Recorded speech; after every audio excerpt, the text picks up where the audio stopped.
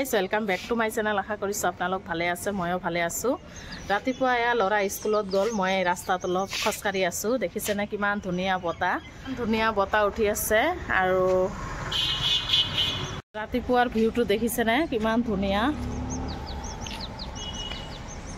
এতিয়া ঘৰত সোমাওঁ।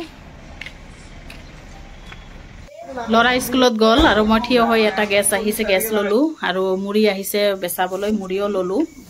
দেখিছেনে ৰাস্তাত থিয় হৈ আছিলোঁ। হাই গাইজ, এয়া গেছ দি গ'ল এতিয়াহে। আৰু মই কম্বল ধুই আছোঁ, দেখিছেনে কম্বলটো ধুই আছোঁ। উপায় নাই আৰু অকলে ধুব লাগিব। এতিয়া ধুই আছোঁ। তেনেহ'লে বলকটো শেষলৈকে চাই থাকক। এতিয়া কাম কৰা নাই, ৰান্ধা বাঢ়া কৰা নাই। হাই গাইজ, কম্বলটো ধুই নহয় ইমান ভাগৰ লাগিছে নহয়। কম্বলটো অকলে ধুলোঁ, উপায় নাই আৰু এতিয়া কাঁহী বাতিবিলাক ধুম। ৰ'দটো ওলাইছে, বাপৰে বাপ ইমান ৰ'দ ওলাইছে। আৰু কাঁহী বাতি দেখিছেনে ইমান বৰ ওলাইছে। কাঁহী বাতি ধুই ল'ম। ৰাতিপুৱাতো ভাত বনাইছোঁ, বেঙেনা ভৰ্তা বনাইছোঁ, দেখাই দিলোঁ। এইটো বেঙেনা ভৰ্তা ভাত বনাইছোঁ। আৰু ল'ৰাৰো মৰ্ণিং স্কুল, ৰাতিপুৱাই গৈছে তাই। আৰু গেছটো ধুই দিলোঁ, এয়া গেছটো ধুই দিলোঁ কাৰণ বালি থাকে সেইকাৰণে। তেনেহ'লে মই কাম চামবিলাক কৰি লওঁ আৰু এইবিলাক গেছ টেছবিলাক চাফা কৰি লওঁ, গোটেই চাফা কৰি লওঁ। গোটেই চাফা নকৰিলে নহয়, মোৰ গাটো ভাল নালাগে, পিচ পিচ কৰি থাকে। সেইকাৰণে গোটেই এইবিলাক মুচি ধুচি ল'ম। বিছনা পাতিও ঝাৰা নাই, দেখিছেনে বহুত কাম আছে, বহুত এইবিলাক বিছনা পাতিবিলাক ঝাৰি ল'ম। তেনে আহি আছোঁ। দুপৰীয়া কি ৰান্ধিম দেখাম আপোনালোকক।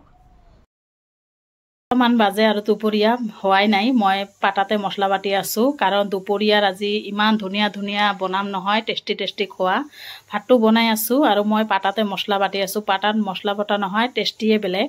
এইটো হৈছে কচু, কচু হয়, ভাজিম, শুকান মাছ দি ভাজিম। এইটো কাৰ লভ লাগে কমেণ্টত জনাবচোন।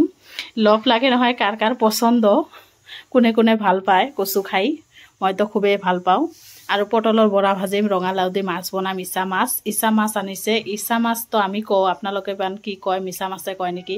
ইচা কয় নে মিছা কয় কমেণ্টত জনাব। আৰু জলকীয়াবিলাক শুকাই দি আছোঁ, দেখিছেনে জলকীয়া শুকাই গৈছে। গুড়ি কৰা আৰু নহয়, সময় নহয়, সেইকাৰণে শুকাই আছোঁ। আৰু ইমান ৰ'দ উঠিছে, বাপৰে বাপ। ইপিনে মই কচু ভাজিটো বহাই দিলোঁ, শুকান মাছ দি বনাই আছোঁ। অলপো পানী দিয়া নাই, দেখিছেনে কিমান ধুনীয়া মিলি গৈছে। আৰু ইপিনে বহাই আছোঁ মই ৰঙালাও দি ইচা মাছ। আজি টেষ্টি খোৱা দুপৰীয়াৰ সকলো মোৰ প্ৰিয়। আজি ৰঙালাও মই ইমান ভাল পাওঁ, ইচা মাছো ভাল পাওঁ। আৰু কচুটো বাপৰে বাপ, কচুৰ কথা ক'বই নোৱাৰি, ইমানেই ভাল পাওঁ মই কচু। দুপৰীয়া ভাতখিনি খাই আজি খুবেই ভাল লাগিব। আৰু ইচা মাছ দি বনাই আছোঁ ইপিনে। আৰু পটল বৰা ভাজি লৈছোঁ আগতে। দেখিছেনে কিমান ধুনীয়া হৈছে ভাজিটো। খোৱা তোৱা দেৰি আছে, গা পা ধুম, তাৰপিছত আহি ভাত খাম। ভাত দেখাই দিলোঁ আপোনালোকক। এইটো হৈছে ৰঙালাও দি ইচা মাছ বনাইছোঁ, কচু ভাজি। খাই দাই দেখিছেনে অলপ ৰেষ্টটো ল'ব নোৱাৰিলোঁ ল'ৰাৰ কাৰণে, কাৰণ তাই এটা কেক খাব। তাৰ আবদাৰটো জানেই, বাপৰে বাপ, ডেইলি আবদাৰ তাৰ। আজি বোলে সেইটো, কালি বোলে সেইটো। আজি কেক বনাই দি আছোঁ, কোকো পাউডাৰ দি মই এটা কেক বনাই দি আছোঁ। দেখিছেনে কিমান দিল আকাৰত হৈছে বনাইছোঁ। ধুনীয়া হৈছে কেকটো। এতিয়া নমাই ল'ম আৰু আইচিং কৰিম। আইচিং মই ঘৰতে ক্ৰীম আছে, সেইকাৰণে ভাবিলোঁ আইচিং কৰি দিওঁ। আৰু দেখিছেনে হাতৰ বিষ উঠি গৈছে। এইটো লৰাই হাতেৰে লৰাই আছোঁ। মোৰতো কেকৰ কিবা মেচিং টেচিং নাই, মই এইটোতে যোগদান কৰি আছোঁ। আৰু দেখিছেনে কিমান ধুনীয়া হৈছে। আৰু এইটো নহয় পলিথিন, পলিথিনত মই ক্ৰীম লৈছোঁ। ক্ৰীম লৈ এনেকৈ ডিজাইন কৰি দি আছোঁ। ল'ৰাৰ নামটো লিখি দি আছোঁ শাকিল, তাৰ ঘৰত মাতা নাম S_K লিখি দি আছোঁ। আৰু দেখিছেনে কিমান ধুনীয়া হৈছে। ট্ৰাই কৰিছোঁ, বেয়া হোৱা নাই, ভালে হৈছে। কেনেকুৱা হৈছে কমেণ্টত জনাব। মই ইমান এটা নাজানো আৰু মই কেতিয়াও এইবিলাক বনোৱা নাই, আইচিং কৰা নাই। কেকটো বনাওঁ, আইচিং কৰা নাই মই। দেখিছেনে তথাপি ধুনীয়া হৈছে। এতিয়া হাজবেণ্ডে আহিছে, খাব দি আছে। ল'ৰা আৰু হাজবেণ্ডে খাই আছে, মই কিন্তু নাখাওঁ এইবিলাক বস্তু।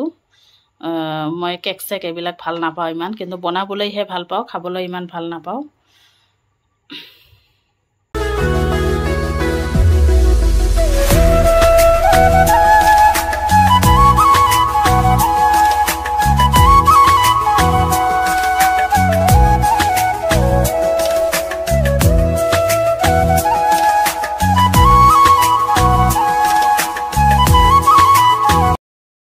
গাইছ এতিয়া 8টামান বাজে ৰাতিৰ কাৰণে চব্জি বনাই আছোঁ ইচা মাছৰ কাৰী ইচা মাছ দি বেহৰ বাটা বনাই আছোঁ ৰাতিৰ কাৰণে দুপৰীয়াতো ৰঙালাও দি খাইছিলোঁ ভালে লাগিছে সন্ধিয়া চাহও খালোঁ দেখালোঁ আপোনালোকক সন্ধিয়া চাহ খালোঁ আৰু আজি এটা কেক বনালোঁ সেইটোও দেখাই দিলোঁ কেকটো ইমান ধুনীয়া হৈছে নহয় আইচিং কেক বনাইছোঁ আজি নহয় একদম পাৰফেক্ট হৈছে অলপো বেয়া হোৱা নাই খুবেই ধুনীয়া হৈছে তেনেহ'লে ব্লগটো আপোনালোকে শেষলৈকে চাব চব্জি বনাই আছোঁ দিনত যে বনাইছিলোঁ নাই ৰাতি সেইকাৰণে ৰাতি বনাই আছোঁ ইচা মাছৰ কাৰী দেখিছেনে এইটো দি ৰাতিৰ খোৱা দোৱা